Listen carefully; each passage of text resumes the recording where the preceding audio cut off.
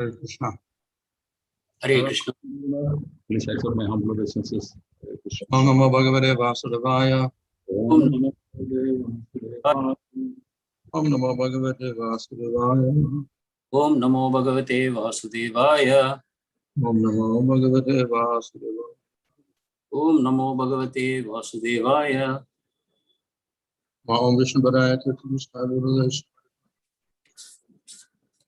Namaste Saraswati. Nirvishesha Shri Adonai Shri Krishna Chaitanya Prabhu Nityananda Sri Vedic Gadadhara Shri Hare Krishna Krishna Hare Hare Hare Rama Rama Rama. Reading from Srimad Bhagavatam, Canto 11, Chapter 12, Verse 9. Yogena sāṅkhyena dāna-vrata-tapo dhvaraiḥ vyākhyā-svādhyāya-sannyāsaiḥ prāpnuyād yatna-vān. Even though one engages in great endeavor in the mystic yoga system, philosophical speculation, charity, vows, penances, ritualistic sacrifices, teaching of Vedic mantras to others, personal study of the Vedas, or the renounced order of life, still one cannot achieve me. Purport, Lord Krishna here explains that it is very difficult to achieve his personal association even for one who seriously endeavors to reach the absolute truth. The inhabitants of Vrindavan, such as the gopis and cows, were always living with Lord Krishna, and thus their association is called satsanga.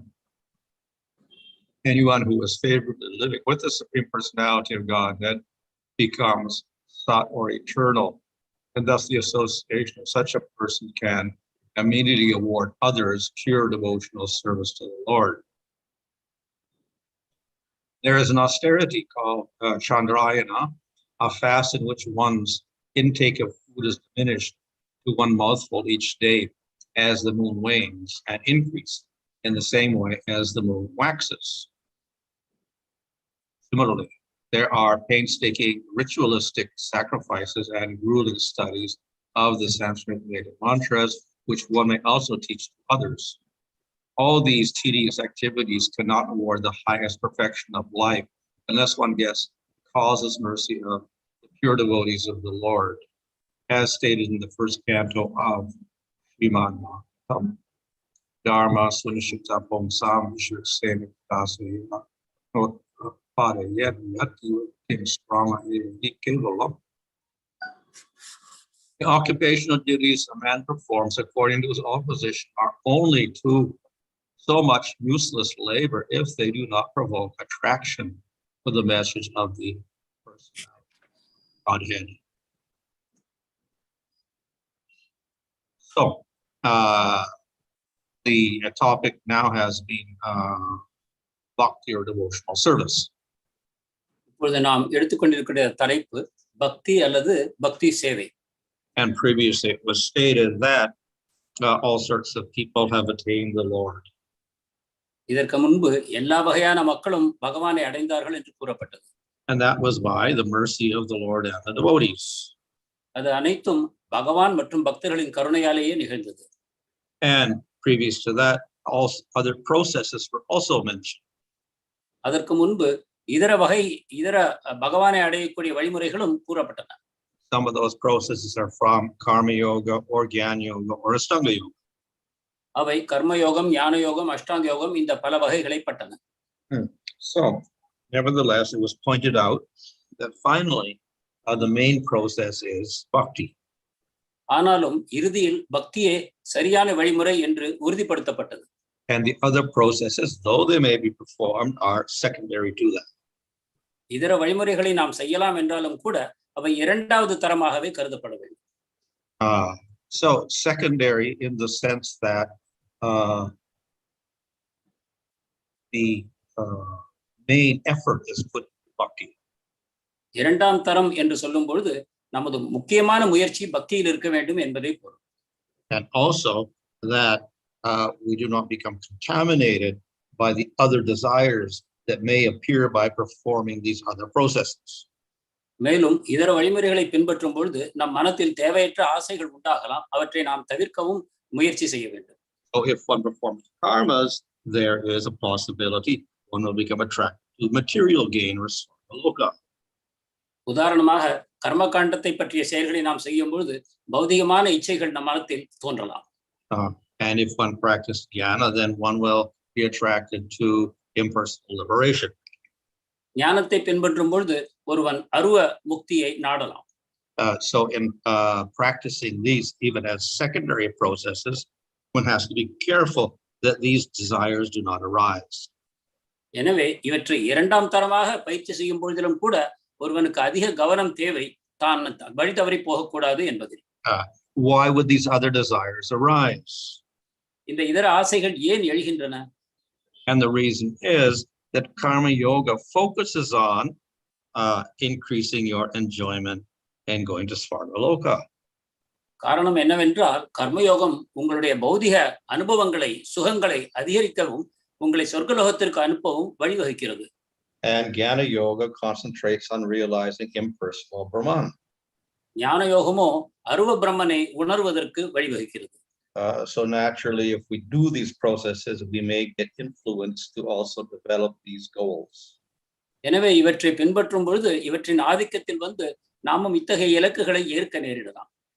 So the devotee, when he practices these other processes, make sure that the goal is Supreme Lord. எனவே இவற்றை பயிற்சி செய்யக்கூடிய ஒரு சாதகன் என்னுடைய உண்மையான இலக்கு பகவானே என்பதில் தீவிரமாக இருக்க வேண்டும்.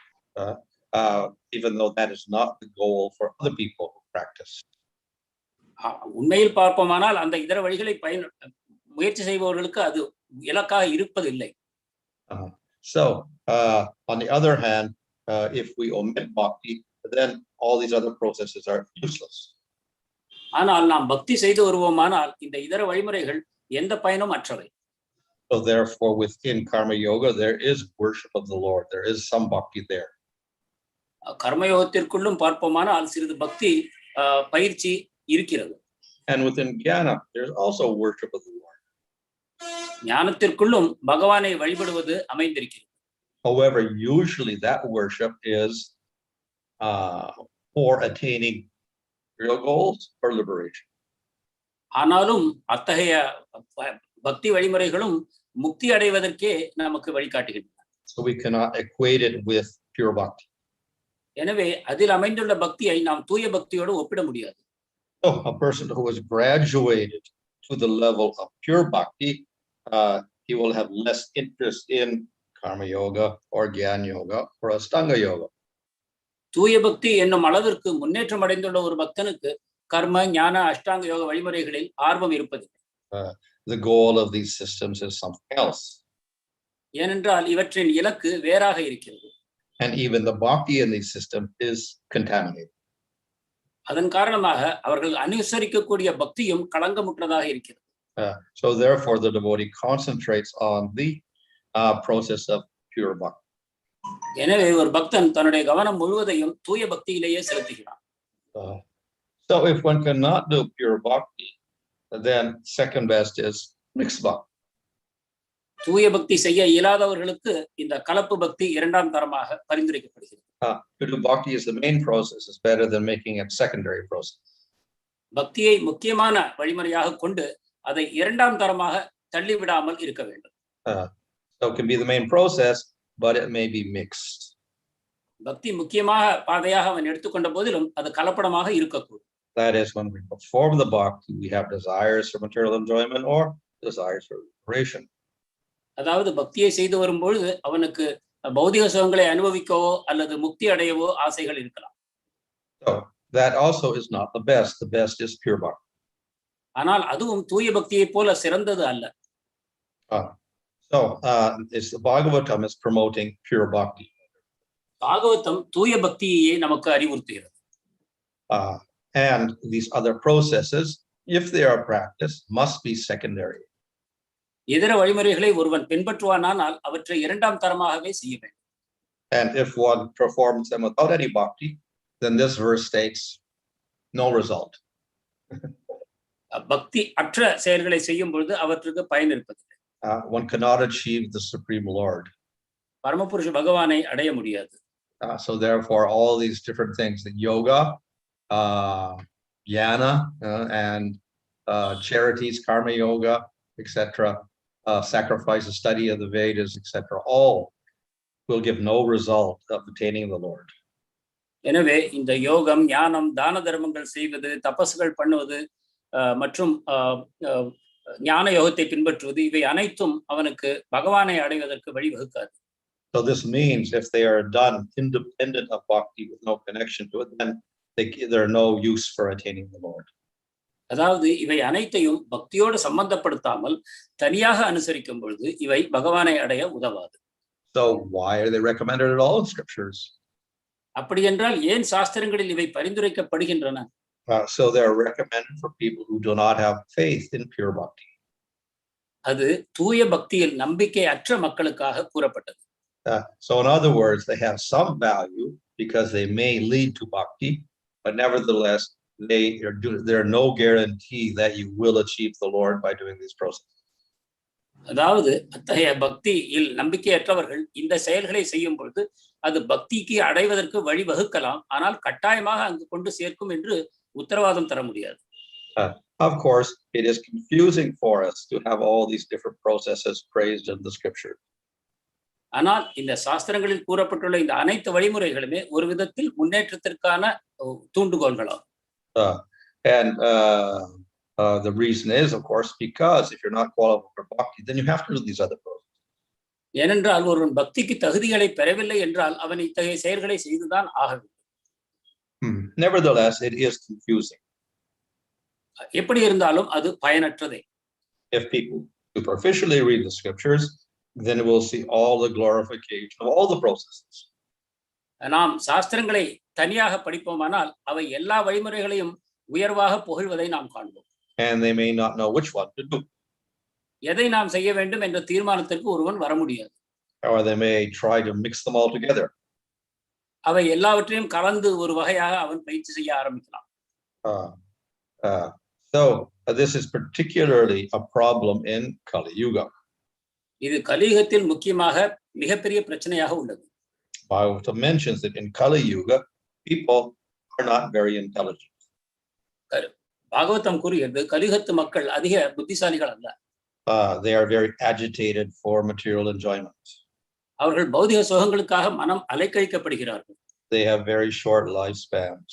அவர்கள் ஆயுட்காலமும் குறைவு. And they like to argue with other people. அவர்கள் ஒருவரோடொருவர் வாக்குவாதத்தில் ஈடுபடுகிறார்கள். So therefore, they won't be able to understand the conclusion of scriptures. எனவே சாஸ்திரங்களின் தீர்மானமான முடிவுகளை அவர்கள் புரிந்து கொள்ள மாட்டார்கள்.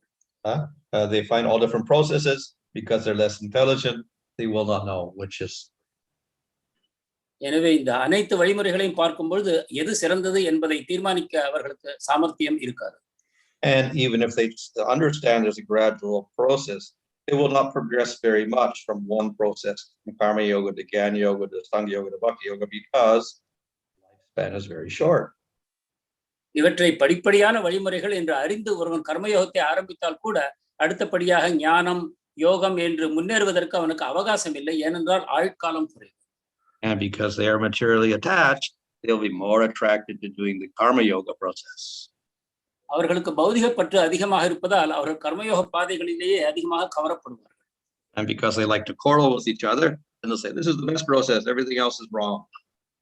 மேலும் அவர்கள் விவாதங்களில் சச்சரவுகளில் ஈடுபடுவதனால் என்னுடைய பாதை உயர்ந்தது உன்னுடைய பாதை தாழ்ந்தது என்ற விவாதங்களிலும் ஈடுபடுவார்கள். So in the Srimad Bhagavatam itself, in the first canto, Narada Muni chastises Vyasadeva for causing this confusion in people. எனவேதான் பாகவதம் முதல் ஸ்கந்தத்திலேயே நாரத முனிவர் வியாசதேவரை கடிந்து கொள்கிறார் மக்களுக்கு இத்தகைய குழப்பத்தை உண்டாக்கியதற்காக. And he advised Vyasadeva to write the Bhagavatam to make things clear. அவருக்கு பாகவதத்தை எழுதுமாறு தூண்டினார், அதன் மூலமாக இந்த குழப்பத்திலிருந்து மக்களுக்கு தீர்வு கிடைக்கும். So Bhagavatam concludes that don't do anything except bhakti. Bhagavatam பக்தியை தவிர எதையும் செய்ய வேண்டாம் என்று தீர்மானமாக கூறுகிறது. And if you have to do them secondary. இதர பாதைகளை பின்பற்ற வேண்டுமானால் அவற்றை இரண்டாம் தரமாகவே செய்ய வேண்டும். This, of course, is assuming that people will develop faith and bhakti. இதற்கு பின்னால் மக்கள் பக்தியை ஏற்றுக்கொள்ளக்கூடும் என்ற ஒரு நம்பிக்கை அடிப்படையாக இருக்கிறது. So as I mentioned, the other processes are there for people that don't have faith and bhakti. ஆனால் நான் கூறியபடி இதர பாதைகள் அவற்றில் ஒரு சக்தி இருக்கிறது, படிப்படியாக அவை நம்மை பக்தியில் இணைக்கக்கூடும். So how can everybody practice bhakti in Kali Yuga? எனவே எவ்வாறு அனைவரும் பக்தியை கலியுகத்தில் பயிற்சி செய்ய முடியும்? So we can answer, well, the preachers go out and preach, and therefore this way they can make everybody develop faith, become qualified. நாம் கூறலாம், பிரச்சாரகர்கள் எங்கும் சென்று மக்களுக்கு போதிக்கிறார்கள், அதன் மூலமாக அவர்கள் பக்தி பாதைக்கு வரலாம் என்று. Nevertheless, we also say, don't preach to the faithless people. ஆனாலும் கூட நாம் சொல்கிறோம், விசுவாசமற்ற மக்களுக்கு பிரச்சாரம் செய்ய வேண்டாம் என்று. So therefore, direct preaching also is limited. எனவே நேரடியாக போதனை செய்வதும் கூட அதற்கு ஒரு வரையறை இருக்கிறது. But then we also see that Bhagavatam is for all the people of Kali Yuga, and Chaitanya Mahaprabhu also is for all the people of Kali Yuga. ஆனாலும் கூட ஸ்ரீமத் பாகவதம் கலியுகத்து மக்கள் அனைவருக்குமாக பொது என்றும், சைத்தன்ய மகாபிரபுவும் கலியுகத்து மக்கள் அனைவருக்கும் பொதுவானவர் என்றும் கூறப்படுகிறது. Yeah, so Chaitanya Mahaprabhu desires to give the process of bhakti to all the people of Kali Yuga. எனவே சைத்தன்ய மகாபிரபு கலியுக மக்கள் அனைவருக்கும் இந்த பக்தி பாதையை வழங்க வேண்டும் என்று நமக்கு அறிவுறுத்துகிறார். In spite of the fact that nobody is qualified. அனைவருக்கும் தகுதி இல்லை என்ற போதிலும் சைத்தன்ய மகாபிரபு இதை பரிந்துரைக்கிறார். Yeah, so at the end of the Bhagavatam it says there, Kali Yuga is an ocean of faults. எனவேதான் பாகவதம் இறுதியில் கூறுகிறது, கலியுகம் முழுவதும் களங்கங்கள் நிறைந்தது. So you're not going to find qualified people for bhakti in Kali Yuga. எனவே பக்திக்கு தகுதி பெற்ற மக்களை இங்கு காண்பது அரிது. But the Nam Sankirtan has become the Yuga Dharma, the process for the people. ஆனாலும் கூட நாம சங்கீர்த்தனம் யுக தர்மமாக அனைவரும் பயிலக்கூடிய முறையாக அமைந்திருக்கிறது. So this counteracts all of the faults of Kali Yuga. இது கலியுகத்தின் அனைத்து களங்கங்களையும் நிவர்த்தி செய்கிறது. Through Nam Sankirtan, people can develop qualification and then progress quickly on the process of bhakti. நாம சங்கீர்த்தனத்தின் மூலமாக மக்கள் தேவையான தகுதியை அடைந்து பக்தி மார்க்கத்தில் முன்னேறலாம். So this way, bhakti becomes the prevalent process in Kali Yuga, not just for a few people. இவ்வாறு பக்தி கலியுகத்து மக்கள் அனைவருக்கும் பொதுவாக பொருந்துவதாக அமைகிறது, சிலருக்கு மட்டும் என்று இல்லாமல். So of course, the other processes in Kali Yuga also are more difficult. சொல்லப்போனால் இதர பாதைகளும் கூட கலியுகத்தை பொறுத்தவரை கடினமானவை. Because people are unintelligent, disturbed by sense gratification, have short lifespans, etc. They're unqualified for jnana and for yoga. ஏனென்றால் அனைவரும் அறிவு குறைந்தவர்களாகவும் மந்த புத்தியுடையவர்களாகவும் ஆயுள் குறைந்தவர்களாகவும் விவாதத்தில் ஈடுபடுபவர்களாகவும் இருப்பதன் காரணத்தினால் அவர்களுக்கு கர்மமோ ஞானமோ அஷ்டாங்க யோகமோ செய்வதற்கான தகுதிகள் இல்லை. So what about karma yoga? What about karma yoga? Can they practice karma yoga? கர்ம யோகத்தை எடுத்துக்கொள்வோம். It looks possible because this is for the people in the lower gunas. நமக்கு இது தோன்றுகிறது குணங்களில் உள்ள மக்களுக்கு இது பொருந்தக்கூடியது என்று. People who practice jnana and yoga should be in sattva guna. ஞானத்தை பயிற்சி செய்பவர்கள் சத்வகுணத்தில் இருக்க வேண்டும். And the people in Kali Yuga are mainly in tamoguna. கலியுக மக்களோ முக்கியமாக தமோகுணத்தில் இருக்கிறார்கள். So for the tamoguna and rajoguna people there is karma yoga. எனவே தமோ ரஜோ குணங்களில் இருக்கக்கூடிய மக்களுக்கு முக்கியமாக கர்ம யோகம் பரிந்துரைக்கப்படுகிறது. So definitely this is more applicable for Kali Yuga than jnana and yoga. எனவே கர்ம யோகமே கலியுகத்துக்கு அதிகம் பொருந்தக்கூடியது ஞானத்தையும் யோகத்தையும் விட. However, the karma yoga system also is quite complex. ஆனால் கர்மயோக பாதையும் கூட மிகவும் புதிர்கள் நிறைந்தது. In its complete form, it requires a whole society ruled by a qualified king. அதை பயிற்சி செய்ய வேண்டும் என்றால் முழு சமுதாயமும் ஒரு தகுதி வாய்ந்த அரசனின் கீழ் கட்டமைக்கப்பட வேண்டும்.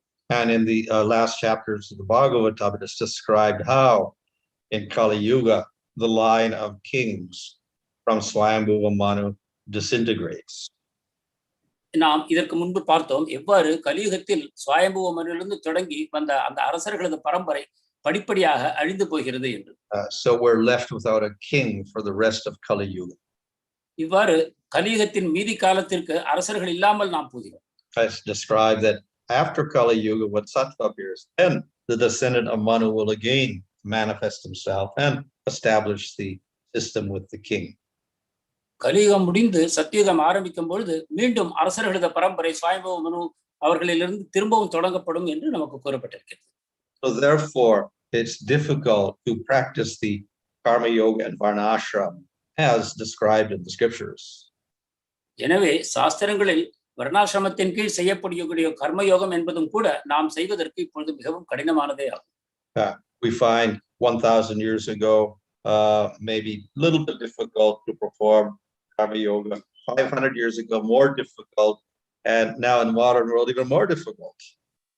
இவ்வாறு 1000 ஆண்டுகளுக்கு முன்பு ஓரளவு கர்மயோகம் செய்வதற்கு சுலபமாக இருந்தது என்று கொண்டால் 500 ஆண்டுகளுக்கு முன்பு அது இன்னும் கடினமாகியது. தற்காலத்தில் இன்னும் அதை விடவும் கடினமாகிவிட்டது. Not only no king, but then the Muslims invaded, then the British came. The Muslims came, and then the British came, and they ruled. இதன் காரணம் முஸ்லிம்கள் வந்து இந்தியாவை ஆட்கொண்டார்கள், அதன் பிறகு பிரிட்டிஷர்கள் வந்தார்கள், அதன் காரணமாகவும் இது கடினமாகிவிட்டது. And both rulerships, they didn't understand the principles of varnashram. இந்த இரண்டு அரசர்களும் இந்த இரண்டு பரம்பரைகளும் வர்ணாசிரமத்தை பற்றி அவர்கள் புரிந்து கொள்ளவில்லை. So naturally the population in general also lost their understanding of the system. இதன் காரணமாக நம் நாட்டில் உள்ள மக்களும் கூட அந்த வர்ணாசிரம தர்மத்தை மறந்து போனார்கள்.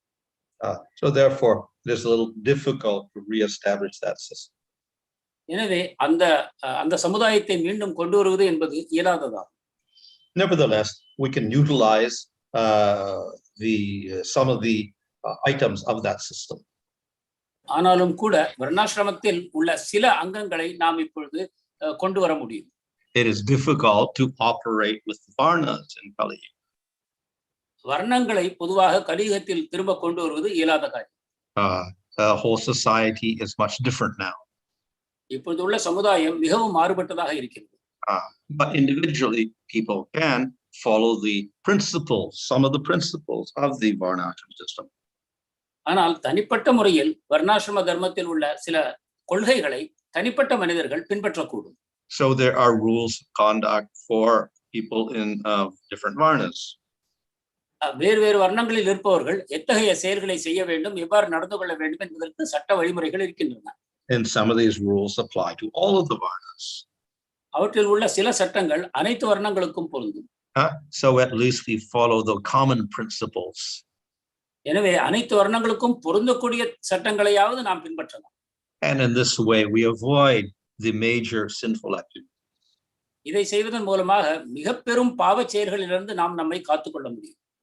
And as we advance in bhakti, then we're able to follow even the rules of the brahmana. நாம் பக்தியில் முன்னேற்றம் அடையும் பொழுது பிராமணர்களுக்காக கொடுக்கப்பட்ட சட்டங்களையும் நாம் பின்பற்றும் சக்தி நமக்கு கிடைக்கும்.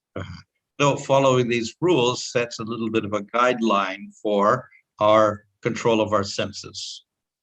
நாம் இந்த வழிமுறைகளை பின்பற்றும் பொழுது படிப்படியாக நமது புலன்களை அடக்கவும் நமக்கு வழிமுறை கிடைக்கும். And in this sense, then, that the rules of the varnashram are helpful for advancement in bhakti. இவ்வாறு வர்ணாசிரமத்தின் தர்மங்கள் கொள்கைகள் கூட நாம் அந்த ஆன்மீக நிலையை அடைவதற்கு உதவுகின்றன. If we don't have any rules, it's very difficult to control the senses. நாம் எத்தகைய சட்டங்களையும் விதிமுறைகளையும் பின்பற்றவில்லை என்றால் புலன்களை அடக்குவது இயலாத காரியம். If we have a definite rule, then we say, oh, this is right, this is wrong. நமக்கென்று ஒரு சட்டம் இருக்குமானால் ஒன்று சரியானது ஒன்று தவறானது என்று நாம் தீர்மானிக்க முடியும். So therefore, we can control the senses. அதன் காரணமாக நாம் புலன்களை அடக்க முடியும். We may not be able to do it perfectly, but at least we can try if we have that knowledge. அதை முழுவதுமாக செய்யாவிட்டால் கூட நமக்கு இந்த அறிவு இருக்கும் பொழுது நாம் அதற்கு முயலக்கூடும். So therefore, if we have knowledge of the rules of varnashram, what is right and what is wrong. This gives us a nice standard for ourselves.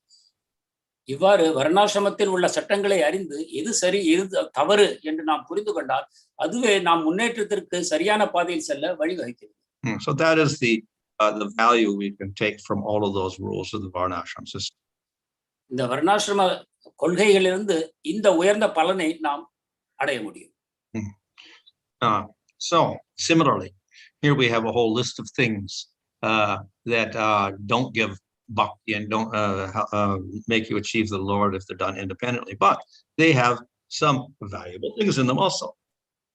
இங்கு ஒரு பெரிய பட்டியலை தரப்பட்டிருக்கிறது. அவை தனிப்பட்ட முறையில் செய்யப்பட்டால் பக்தி பாதைக்கு அவற்றால் எந்தவித துணையும் இல்லை, பகவானை அடைய முடியாது. ஆனாலும் அவற்றுக்கென்று சில பலன்களும் இருக்கின்றன. And so from any of these this list of different systems here, if there is something that is favorable for our bhakti, we can also use that. எனவே இந்த பட்டியலில் தரப்பட்ட ஏதாவது ஒரு விஷயம் நமக்கு பக்திக்கு அனுகூலமாக இருக்கும் என்றால் அதை நாம் எடுத்துக்கொள்ளலாம். So therefore, this list is not an absolute condemnation of these processes, but to show that if there's no bhakti there, then they are useless. எனவே இந்த பட்டியலில் தரப்பட்ட பொருட்கள் அனைத்தும் நிந்திக்கப்படுகின்றன, கண்டிக்கப்படுகின்றன என்று பொருள் அல்ல. அவை நமக்கு பக்தி பாதையில் துணை போகும் என்றால் அவற்றை நாம் ஏற்றுக்கொள்ளலாம். Hare Krishna. Hare Krishna, Dandavat Pranam Maharaj. Let me quickly read out some questions to you, Maharaj. The first one from Rao Prabhu. Dandavat Pranams Maharaj. How can occupational activities provoke attraction for the message of love of Godhead if one is not a Brahmana? ஒருவன் பிராமணனாக இல்லாவிட்டால் அவருடைய கர்மாவை அவன் செய்யும் பொழுது அதன் மூலம் எவ்வாறு பக்தி வரக்கூடும்? So if people are in Tamagun, then they follow the rules of Sudra. If they're a Vaishya, they follow the rules for people in Rajas and Tamas. And if they're Kshatriya, they follow rules for people in Rajagun. சூத்ரர்கள் தமோ குணத்திற்கான சட்டங்களையும், வைஷ்யர்கள் தமோ ரஜோகுணங்களுக்கான சட்டங்களையும், க்ஷத்ரியர்கள் ரஜோகுண சட்டங்களையும் பின்பற்றுகிறார்கள்.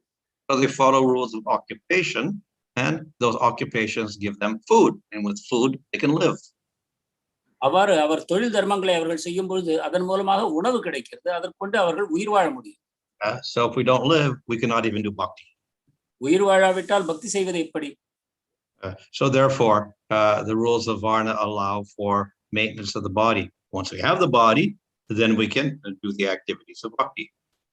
எனவே வர்ணத்தில் உள்ள சட்டங்கள் நம் உடலை காப்பாற்றிக் கொள்வதற்கு வழிவகுக்கின்றன. அதன் மூலமாக நாம் பக்தி செய்வதற்கு அது உதவுகிறது.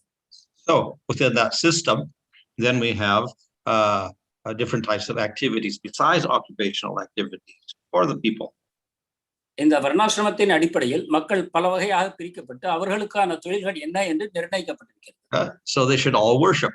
So some may worship Devatas, some may worship Vishnu, etc. அவர்கள் அனைவரும் வழிபாடு செய்ய வேண்டும். சிலர் தேவதைகளையும் சிலர் விஷ்ணுவையும் வழிபடக்கூடும். And among those worships, of course, then we'll have worship of Krishna or Vishnu. அதில் சில மக்கள் விஷ்ணுவையோ கிருஷ்ணரையோ வழிபடலாம்.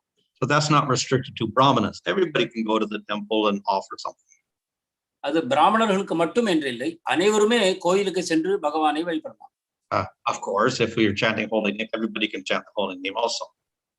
நாம் புனித நாமங்களை உச்சரிக்கிறோம் என்றால் அதையும் நாம் செய்யலாம். And thus, everybody, whether they're Sudra, Vaishya, Kshatriya, or Brahmana, can perform bhakti in some way. இவ்வாறு சூத்ரரோ வைஷ்யரோ க்ஷத்ரியரோ யாராக இருந்தாலும் பக்தியை செய்யலாம், அதில் தடை இல்லை. Of course, in that system, it is not the main item, it is a secondary item. ஆனால் இந்த தர்மத்தில் பார்ப்போமானால் அது முக்கியமான அம்சமாக இல்லாமல் அது இரண்டாம் அங்கமாக விளங்குகிறது. And therefore, it is different from bhakti itself, main process. எனவே பக்தியையே முக்கியமாக செய்யும் பாதையிலிருந்து இது மாறுபடுகிறது. Thanks, Maharaj. The next one is from Jyoti Sundar Mataji. She's referring to I think the next verses here, verse number 10 and 11, which is related to Krishna's prakat and aprakat leelas. So I'm just going to read it, Maharaj. It's a little longer. Please bear with me. So verses means that previously gopis could not see any means of happiness, but now they see it. Separation no longer exists. Without me, the nights dragged on forever, but now it is not like that because there is no separation. O Uddhava, this is because they possess me eternally since they entered the aprakat manifestation of Vrindavan according to the message you gave them. So the question, Maharaj, is, so when Krishna meets the gopis in Braja after killing Dāna-vrata-tapo, it is prakat pastimes. So there is a mix of prakat and aprakat leela. So if you could kindly explain on this, elaborate on this, Maharaj. There is mixture of Krishna's prakat and aprakat leelas. Because when Krishna comes back to Vraja after killing Dāna-vrata-tapo.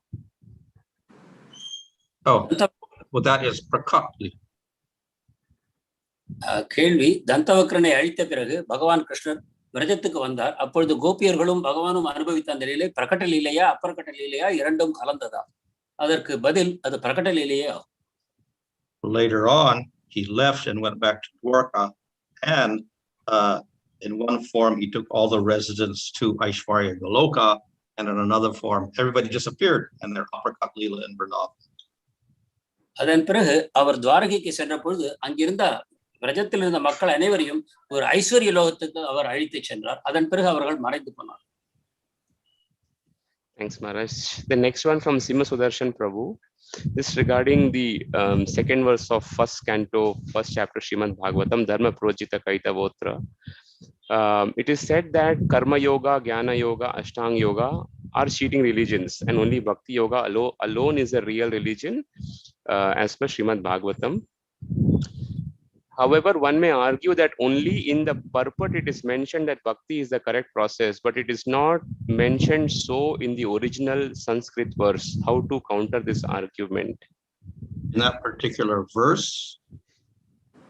Yes, Maharaj.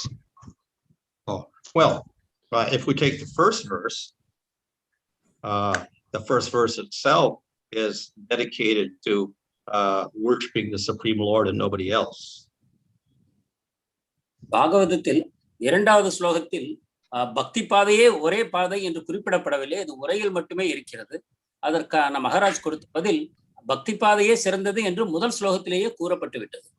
Of course, that first verse is interpreted in many ways, but it indicates that Krishna is supreme and Radha Krishna are supreme, and the process of worship of Radha and Krishna is supreme. முதல் ஸ்லோகம் பல விதங்களில் உரைகள் எழுதப்பட்டாலும் கூட அது முக்கியமாக கிருஷ்ணரை வணங்குவதே உயர்ந்தது, ராதா கிருஷ்ணரை வணங்குவதே உயர்ந்தது என்று அது நிர்ணயிக்கிறது. And therefore, all the other processes that don't lead to Krishna, and they are called cheating. எனவே இதர வழிமுறைகள் அனைத்தும் கிருஷ்ணருடைய வழிபாட்டை கூறாதமையால் அவை ஏமாற்றக்கூடிய வழிமுறைகள் என்று தள்ளப்பட்டன. Maharaj. The next one from Swarna Madhav Prabhu. Hare Krishna Maharaj. You said Kali Yuga Nama Sankirtan is the best method for achieving success. Chaitanya Mahaprabhu says in Sikshashtaka prayer that Lord has invested all his potencies in his holy names. What are the potencies? Kindly explain. சிக்ஷாஷ்டகத்தில் பகவான் நாமத்திற்குள் அனைத்து சக்திகளையும் வைத்திருக்கிறார் என்று சைத்தன்ய மகாபிரபு கூறுகிறார். அந்த சக்திகள் என்ன என்று நீங்கள் கூற வேண்டும். Whatever you can achieve by karma yoga, you can get by chanting the holy name. கர்ம யோகத்தால் நீங்கள் எதையெல்லாம் அடைய முடியுமோ அதை முழுவதும் ஞானத்தினால் அடைய முடியும். Whatever you can get by jnana yoga, like liberation, you can also get by. ஞான யோகத்தினால் நீங்கள் எதை அடையக்கூடியமோ உன்னதமான இலக்காக அதை பக்தியின் மூலமாக அடைய முடியும். Whatever you can get by Ashtanga yoga, including siddhis, you can also get. அஷ்டாங்க யோகத்தினால் அடையக்கூடிய சித்திகளையும் நீங்கள் அடைய முடியும். And you can also get prema from the name. அதை தவிர நீங்கள் பிரேமத்தையும் அடைய முடியும். So therefore, all results of all processes count. இவ்வாறு அனைத்து பாதைகளிலும் கிடைக்கக்கூடிய உன்னதமான பயன்கள் நாம ஜபத்தினாலேயே கிடைக்கும். Thank you, Maharaj. This one is from Gokul Tarini Mataji. The question is, Hare Krishna Maharaj pranams. If someone chants 16 rounds of Hare Krishna Maha Mantra and has faith in Krishna consciousness, but still maintains material attachments and do some offenses unknowingly, should they still follow religious principles like Shraddha ceremony, etc.? ஒருவர் நாம ஜபம் செய்கிறார், கிருஷ்ணர் மேல் விசுவாசம் கொண்டிருக்கிறார், அதே சமயத்தில் அவருக்கு பௌதிக ஆசைகளும் இருக்கின்றன, சில தவறுகளையும் செய்கிறார். அவர் கர்மகாண்ட விதிமுறைகளை பின்பற்றுவது அவசியமா? One can do all these ceremonies but with no attachment. அந்த கர்மகாண்ட சடங்குகளை அவர்கள் செய்யலாம், ஆனால் பற்றுதல் இல்லாமல் செய்ய வேண்டும். In other words, bhakti yoga fulfills everything, so we really don't have to do them. வேறு விதமாக சொல்ல வேண்டும் என்றால், பக்தி யோகத்தை செய்யும் பொழுது நாம் இதர வழிமுறைகள் எதுவும் நமக்கு தேவையில்லை. But we may do them just to satisfy relatives. அவற்றை நாம் நமது உறவினர்களை திருப்திப்படுத்துவதற்காகவே செய்கிறோம். Thanks, Maharaj. This one is from Kishan Prabhu. Hare Krishna Maharaj, in the spiritual world, the humans can become trees, animals, rivers, etc. So, vice versa, can the trees also transform into humans in the spiritual world? ஆன்மீக உலகத்தில் மனிதர்கள் மரம் செடிகளாகவோ மிருகங்களாகவோ நதிகளாகவோ வடிவம் எடுக்கும் என்றால், அத்தகைய நதிகள், மரம், செடிகள், விலங்குகள் கூட மனிதர் வடிவம் எடுக்க முடியுமா? Well, theoretically, everything can become everything. நாம் சரியாக பார்ப்போமானால் எதுவும் எதுவாகவும் ஆக முடியும் ஆன்மீக உலகத்தில். So the person in the spiritual world has this power that whatever he wants comes true. ஆன்மீக உலகத்தில் இருப்பவர்களிடம் இந்த சக்தி இருக்கிறது. அவர் எதை விரும்பினாலும் அது உடனே உண்மையாகிறது. So the devotee can transform and become a tree or a bumblebee or a bird or a butterfly or whatever. எனவே ஒரு பக்தர் விரும்பினால் ஒரு மரமாகவோ நதியாகவோ ஒரு பட்டாம்பூச்சியாகவோ மாறக்கூடும். But he does that only as a temporary service to the Lord, and he returns to his other form, his original form. ஆனால் அவ்வாறு உருமாறுவது பகவானுக்கு ஒரு தற்காலிக சேவைக்காகவே செய்கிறாரே தவிர அவரது முக்கியமான சேவை செய்வதற்காக அவர் பழைய வடிவத்துக்கு திரும்புகிறார். So similarly, the trees and whatever have their form, and by Krishna's mercy or will, they could also change, but generally they don't. தாவரங்களுக்கும் அதே போல அந்த சக்தி இருக்கிறது. பகவானுடைய கருணையினால் அவர்கள் உருமாறிக்கொள்ளலாம், ஆனால் பொதுவாக அது நடப்பதில்லை. Thank you, Maharaj. This next one is from Srinivas Nitai Prabhu. Can an institution with rules and regulations according to time, place, and circumstances replace the varnashrama system in modern times in order to facilitate bhakti yoga? இடம், காலம் இவற்றை பொறுத்து ஒரு ஸ்தாபன அமைப்பானது பக்தி செய்வதற்கான வழிமுறைகளை கொண்டு ஒரு சரியான சட்டதிட்டங்களை வகுத்து நிறைவேற்ற முடியுமா? Well, the institution can adopt many of the rules of the varnashrams. ஒரு ஸ்தாபனமானது வர்ணாசிரமத்தில் உள்ள பல சட்டங்களை ஏற்றுக்கொள்ளலாம். Thank you, Maharaj. I'll move on. This one from Vaishnav Seva Prabhu. Maharaj, as you said, it is difficult to establish a society based on Varna, and only a certain principle we can adapt. Then inside ISKCON, there are projects which is trying to establish like Gurukul projects, farm community, or Devi Varnashram system. Will also struggle to establish this properly, since the entire society is not following the Varna system. Also, ultimately, there is no king to govern all these systems. இந்த வர்ண வழிமுறையை நடைமுறைப்படுத்துவது இயலாதது என்று சொன்னீர்கள். அதில் சில சட்டங்களை மட்டும் நாம் ஏற்கலாம் என்று. ஆனால் இஸ்கானுக்குள்ளே சில இந்த முயற்சிகள் நடந்து வருகின்றன. குருகுல வழிமுறை மூலமாக அல்லது வர்ணாசிரம ஒரு சமுதாயத்தை உண்டாக்குவதற்கான முயற்சிகள் நடக்கின்றன. இவை எந்த அளவுக்கு சாத்தியம்? So for within the society, then the difficulty comes with having a leader of a certain project who can act like the sub-king or whatever. And most people aren't going to accept that. நாம் சமுதாயத்திற்குள் பார்ப்போமானால் ஒரு சரியான ஒரு முன்னின்று நடத்தக்கூடியவர் அந்த அந்த தகுதிகளை அனைத்தையும் பெற்றவராக ஒருவர் கிடைப்பது கடினமாக இருக்கிறது. அதனால் சமுதாயத்தில் இதை செய்வது கடினம். And he will have to establish which rules to follow. எந்த சட்டங்களை பின்பற்ற வேண்டும் என்பதை அவர் தீர்மானிக்க வேண்டும். And that also becomes a matter of controversy. Some people want to follow this rule, some people want to follow that rule, some people don't want to follow this rule or that rule. அதிலும் கூட சர்ச்சைக்கு இடமாகிறது. ஏனென்றால் சிலர் சில சட்டங்களையும் இதர மக்கள் வேறு சில சட்டங்களையும் பரிந்துரைப்பார்கள். So it becomes a little difficult for that reason. இதன் காரணமாக அது கடினமாகிறது. In other words, what standards do we set for the Gurukul? குருகுலத்திற்கு எந்த தரத்தை நாம் நிர்ணயிக்க வேண்டும்? Do we exclude Western education completely? நாம் மேற்கத்திய கல்வியை முழுமையாக நிராகரிக்க முடியுமா? Teach them only Sanskrit. சமஸ்கிருதம் மட்டும் பயில வேண்டும் என்று கூற முடியுமா? Teach them Vedas. வேதங்கள். But then most people aren't going to agree to that. அதற்கு முக்கியம் Maharaj. Most people will not agree to that. They won't send their children. அதை அனைத்து மக்களும் ஏற்றுக்கொள்ள மாட்டார்கள். குழந்தைகளை அனுப்ப மாட்டார்கள். So we have, problems in instituting a system like that. எனவே இத்தகைய ஒரு வழிமுறையை நாம் நடைமுறைப்படுத்துவது கடினமாக இருக்கிறது. Thank you, Maharaj. One question from YouTube. Bhakta Arjun. Hare Krishna Maharaj, Dandat Pranams. This is actually related to the offenses, 9th offense of the holy name. What happens to one who is committing sins on the strength of the holy name? ஒரு புனித நாமத்தின் பலத்தினால் ஒருவன் பாவங்களை செய்தால் அதன் விளைவு என்ன?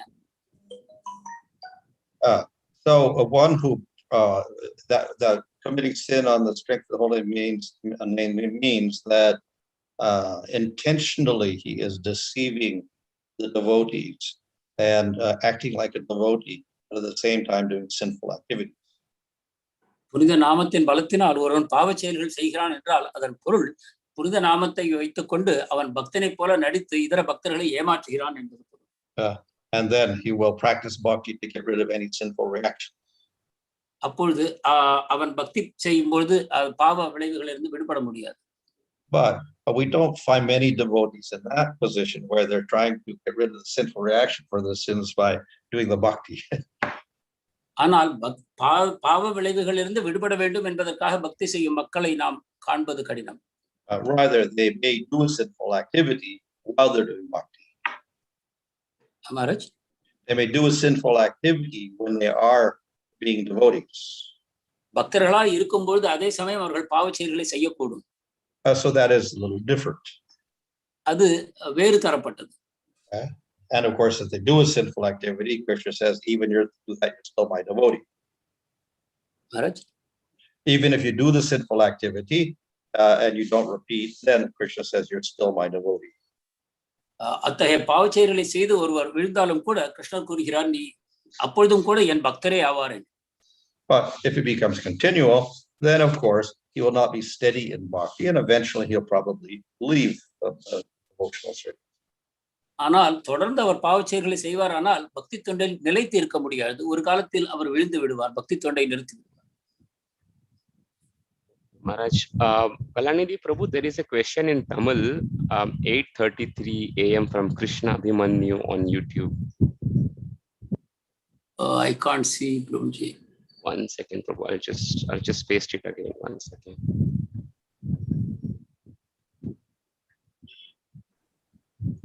Can you see it now, Kalanidhi Prabhu? That is Dāna-vrata-tapo, Maharaj. Veda இலக்கியங்கள் நித்தியமானது. Is that the one, Prabhuji? வேத இலக்கியங்கள் நித்தியமானது என்னும் நிலை நாரத முனி ஸ்ரீல வியாசரிடம் கலியுகத்திற்காக பாகவதம் எழுதப்பட்டதற்கு பின்பு எழுதப்பட்டதா அல்லது முன்பு எழுதப்பட்டதா?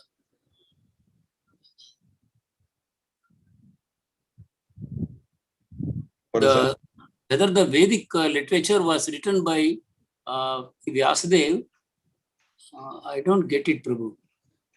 Okay, Prabhu, if it is not very relevant, not very clear, then probably we can skip it and clarify with that person and come back.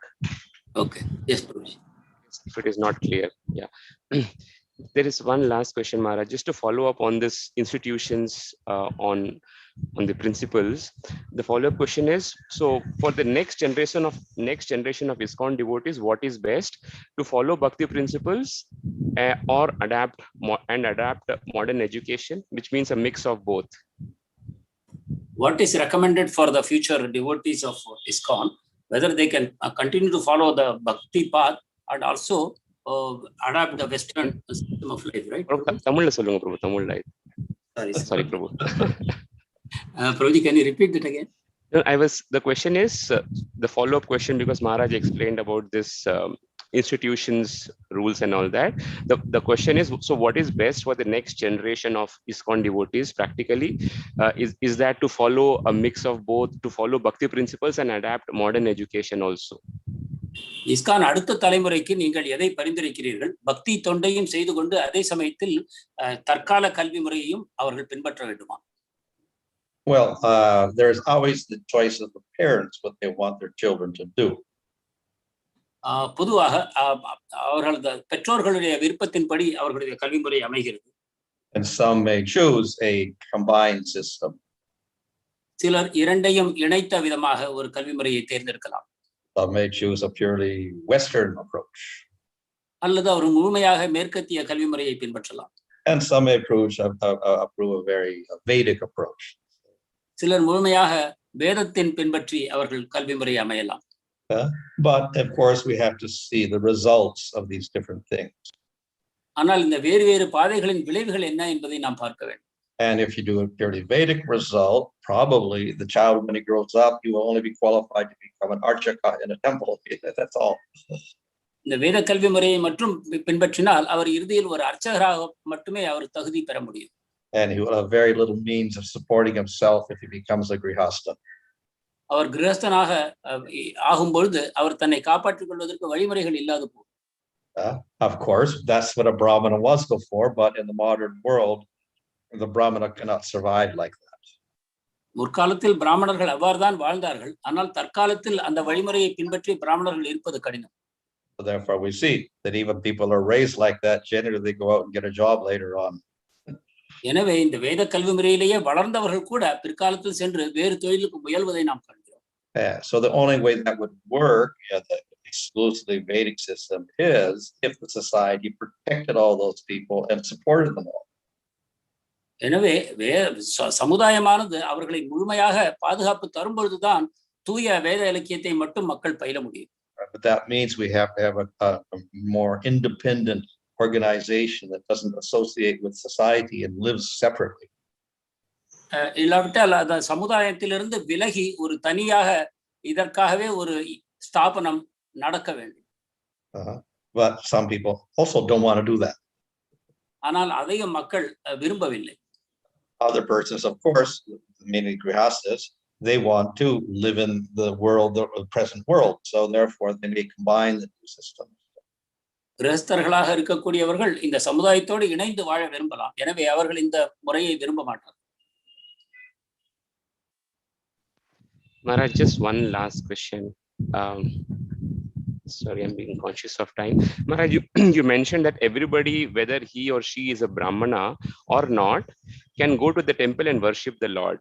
But in Puri, which means in Jagannath Puri, still today the Western devotees are not allowed. Which means Western devotees of ISKCON. Even during Chaitanya's advent, a non-Brahmin was not allowed inside the Puri temple. The question, Maharaj, is why Chaitanya Mahaprabhu did not change this practice? Well, it was not non-Brahmins. Other people went in also. It's just the outcasts who were not even Sudras. They could not go in. கேள்வி என்னவென்றால், நீங்கள் கூறினீர்கள் பிராமணர் அல்லாதவர்களும் கூட கோவிலில் சென்று வழிபடலாம் என்று. ஆனால் பூரியிலோ பிராமணர் அல்லாதவர்கள் அனுமதிக்கப்படவில்லை. சைத்தன்ய மகாபிரபுவும் இந்த வழிமுறையை மாற்றவில்லை. மகாராஜ் கூறிய பதில், பிராமணர் அல்லாதவர்கள் என்பதல்ல, சூத்திரர்களுக்கும் கீழ்ப்பட்ட எந்த வகையிலும் சேராதவர்களுக்கு மட்டுமே அங்கு தடை இருந்தது. For instance, the king is prāpnuyād, so he can go in the temple. He's not a Brahmin. உதாரணமாக அரசர் க்ஷத்திரியரை சேர்ந்தவர், அவர் கோவிலுக்கு சென்று கொண்டிருந்தார், அவருக்கு தடை இல்லை. So it was only restricted to people who were not even Sudra. They could not go. எனவே சூத்திரர்களும் அல்லாத அதையும் தாழ்ந்தவர்கள் மட்டுமே உள்ளே செல்ல அனுமதிக்கப்படவில்லை. I guess that's it for today, Maharaj. Thank you for your time. Thank you, Maharaj. We request all devotees to stay back.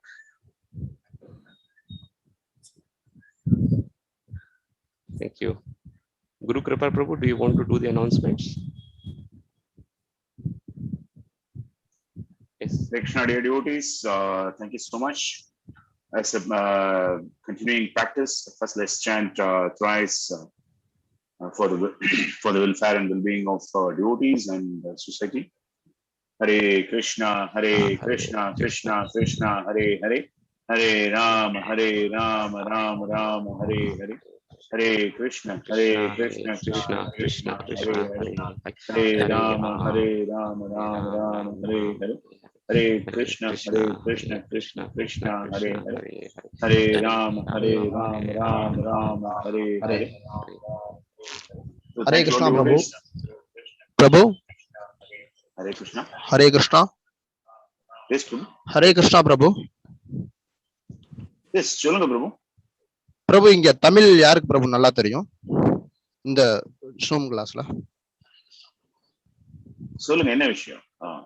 ஒரு ஏதாவது நீங்க நம்ம கேக்குற கேள்விகள் வந்து மகாராஜ்க்கு ஏன் பிரபு கன்வே பண்ண மாட்டீங்க? சரி பிரபு, நான் உங்களுக்கு என்னோட நம்பரை கொடுக்குறேன், நீங்க நோட் பண்ணிக்கிறீங்களா? இல்ல பிரபு, நீங்க இதுலயே பதில் சொல்லுங்க பிரபு. நான் என்ன தவறு பண்ணேன், எதுக்கு, அதாவது புரியலையா இல்ல நான் அனுப்புறது பிடிக்கலையா?